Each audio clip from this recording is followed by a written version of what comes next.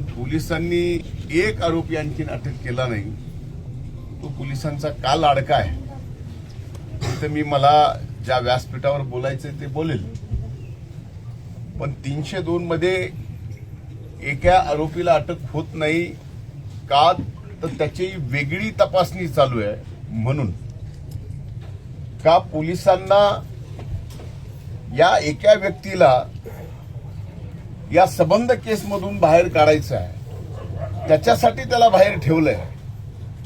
जे काही साक्ष आहेत, जे पुरावे आहेत ते नष्ट करण्यासाठी या 302च्या आरोपीला बाहेर ठेवलंय का, हा माझा पहिल्यांदा पोलीस प्रशासनाला प्रश्न. तपास योग्यरित्या चालू आहे. 9 जण अरेस्ट झालेत. मग या एक व्यक्तीला अरेस्ट करण्यासाठी पोलीस का धजावतीये?